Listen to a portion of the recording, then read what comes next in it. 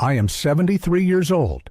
For 38 years, I held a title that most people have only heard in horror films: Diocesan Exorcist.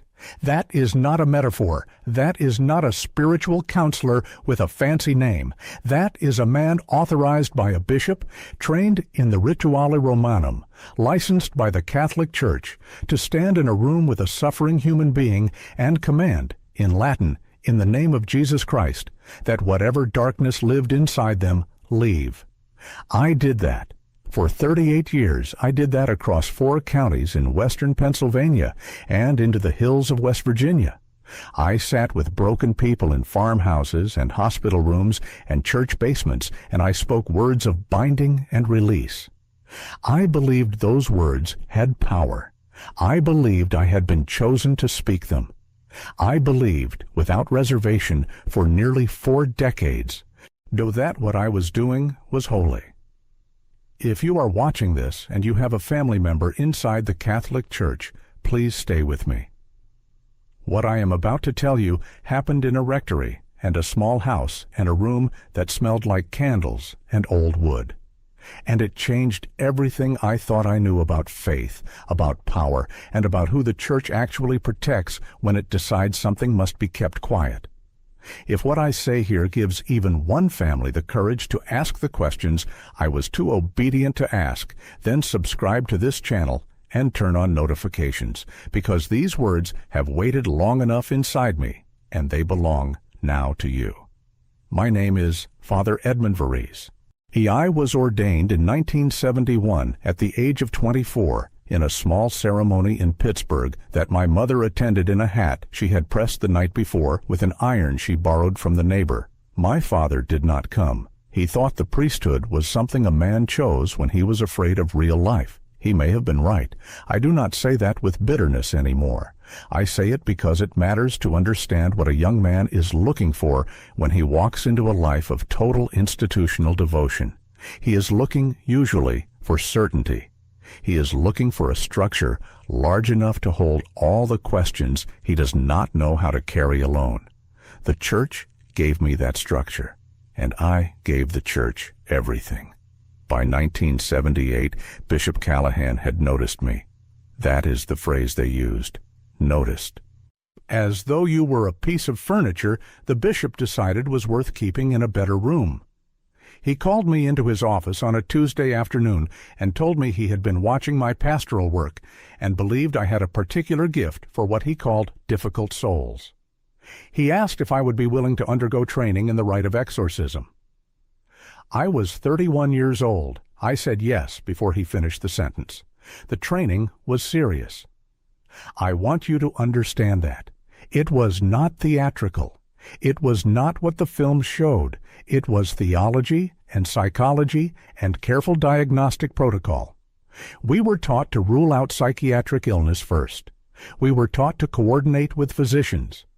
We were taught that true possession was extraordinarily rare, and that most of what came to us was suffering people who needed a doctor and a confessor and someone willing to sit with them in the dark without flinching. I took that seriously. For the first decade, I took all of it seriously. I performed the rite 41 times over 38 years. Most of those were what I would call pastoral interventions. A woman who believed she was cursed. A man whose depression had taken on a spiritual texture that terrified him. Elderly parishioners who needed the ritual not because they were possessed, but because they needed to feel that the Church had not forgotten them, that someone would still come. I was not naive. I understood the pastoral function. I understood that the rite could bring comfort even when it addressed nothing supernatural. But I believed, underneath all the nuance, underneath all the careful diagnostic language, I believed. And that belief made me useful to men who needed someone who would not ask too many questions. I want to tell you about a woman named Miriam. In the spring of 1994, I received a call from a priest named Father Benedetto, who oversaw a small parish in a mining town about 40 minutes east of Pittsburgh. He told me he had a parishioner, a woman in her mid-40s who had been exhibiting what he described as severe spiritual disturbance. She had been removed from the parish choir. She had caused a scene at a funeral. She had, on one occasion, stood up during the homily and said something that caused a member of the parish council to contact the diocesan office directly. Father Benedetto used the word disturbed.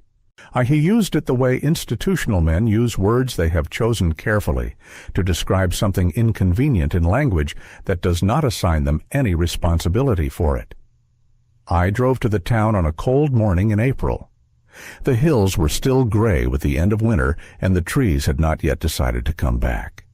I remember thinking, watching the landscape out the window of my car, that the whole world looked like it was waiting for something. Miriam met me at the door of her home. She was a compact woman with dark circles under her eyes and a stillness about her that I recognized, in my experience, as the stillness of someone who has been very afraid for a very long time and has learned to hold the fear without showing it. She offered me coffee. She set the cup in front of me with steady hands. She looked at me the way a person looks at someone they are deciding whether to trust. I asked her, as I always asked, whether she had been experiencing anything that frightened her. She said yes. I asked her to describe it. She looked at the table for a long moment, and then she looked at me directly, and she said, "I am not the one who is haunted, Father."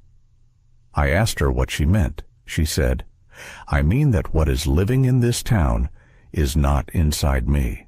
And I asked her, very carefully, what she thought was living in this town. She told me.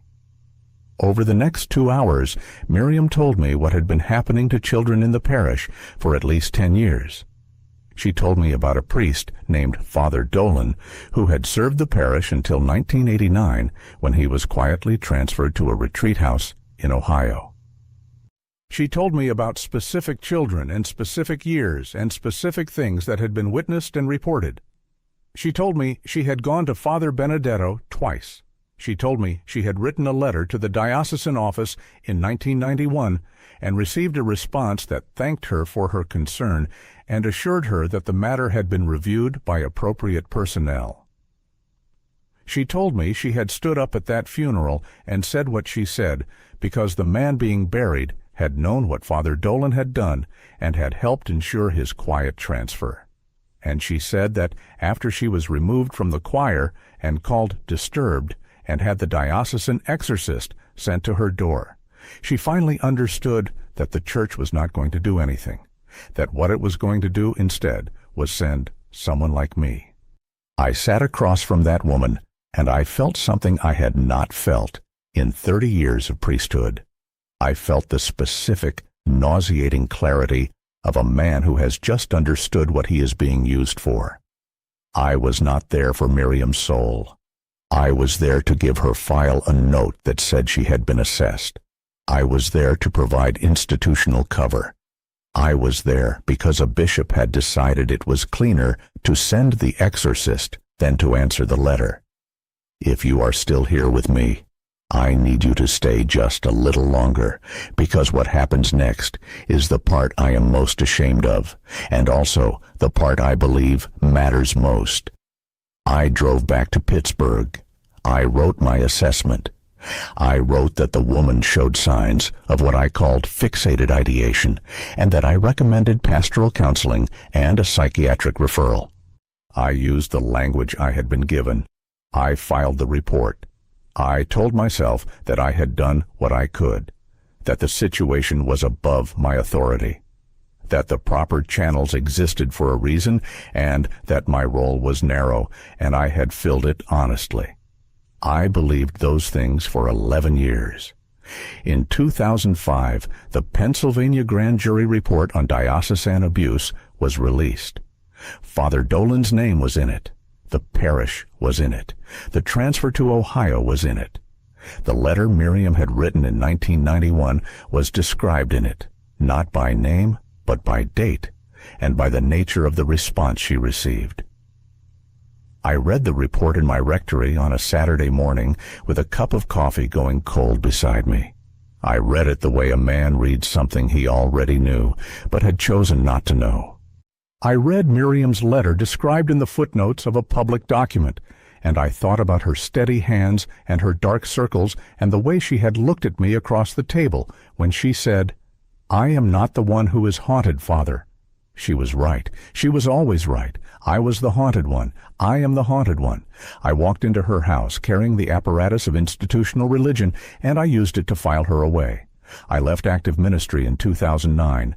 I told the diocese it was health reasons. It was partly true. What was also true was that I could no longer perform the rite without hearing her voice. I could no longer speak words of binding and release without understanding that the binding and release the Church had always been most interested in was the binding and release of information, of liability, of the voices of people it found inconvenient. In the years since, I have sat in a small house outside of Allegheny County with a Bible I did not read for a long time, and then began to read again, slowly, differently. Not as a priest reading his breviary. As a man reading a document he had been trained to interpret in ways that served the institution and was now reading without that training applied. The Jesus I found in those pages is not the Jesus I preached.